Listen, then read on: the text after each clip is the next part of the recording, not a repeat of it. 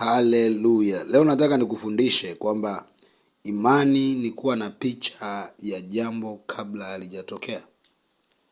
Ukiwa ni mgonjwa lazima uwe na picha ya kwamba tayari wewe ni mzima ndani yako.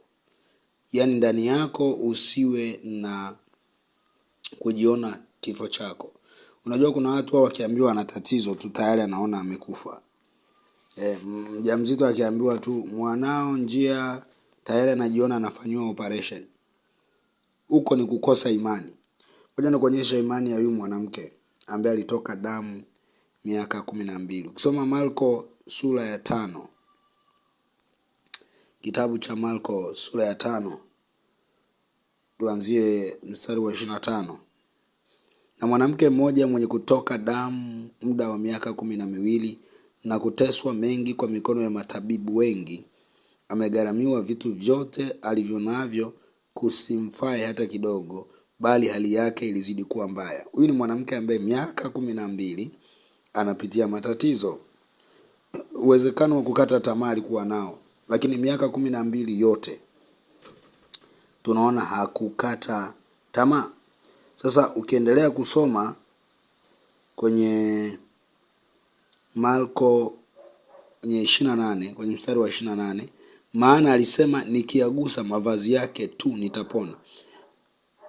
Ukiendelea kusoma hapo, baada ya kuwa amesikia kwa habari ya Yesu, kichwani mwake akasema mimi nitaligusa vazi lake tu, lakini baada ya kuwa nimegusa lile vazi nitapona. So alikuwa na picha tayari ya kwamba amepona kabla hajagusa vazi.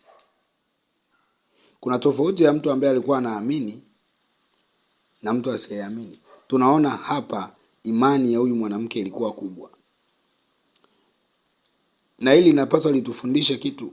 Kama hauna picha ya ndani, huyu mama alikuwa na picha tayari, huyu mwanamke alikuwa na picha ya kwamba nikiligusa tu vazi lake nitapona. Na picha anayozungumzia ni ya kwenye ufahamu, kwenye mawazo yako, kwenye maneno yako. Kuna watu kila siku yeye ni kusema tu labda na unakuta kuna majirani wanatumika na shetani. Wanasema hata babangu aliuguaga ugonjwa huu akafa. Na wewe unasikiliza yale maneno. So na wewe unaanza kujiona taratibu na kufa. Maana yake wewe hata ukiwekewa mikono ni ngumu kupona kwa sababu una imani.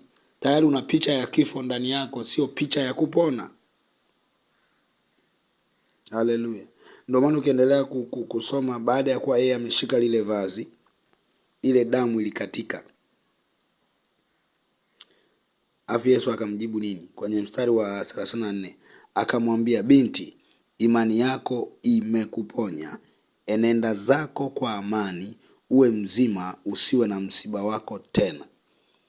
Kwenye Deliverance School, kwenye shule ya ukombozi, moja ya kitu ambacho tunaendelea kusoma sasa hivi ni shule ya imani. Na nimewafundisha moja ya kitu hiki. Huyu dada maana yake nini? Huyu mwanamke alijiona akiwa mzima kabla hajagusa vazi. Ndio maana akasema nikiligusa tu nitapona. Sasa kuna mtu anakuja kwa mtumishi anasema, ngoja tukajaribu na leo tuone. Ngoja na huyu mtumishi tukajaribu tuone. Unafanya betting. Imani haina kubeti. Imani lazima uwe na picha ya uzima. Unapoenda lazima uwe na picha ya uzima. Ndio maana ukienda kusoma Marko sura ya 6, unaona kuna baadhi ya watu hawakuponywa kwa sababu hawakuamini. Swala sio upako tu wa mtumishi. Yesu alikuwa na upako wa kuponya kila tatizo, kila gonjwa. Lakini walizuia uponyaji kwa sababu hawakuwa na imani. Why? Chochote ili ukipokee kutoka ndani, kutoka kwa Mungu, lazima uwe na imani. Hakuna chochote utapokea nje ya imani. Mimi nikutakie siku njema, endelea kujifunza.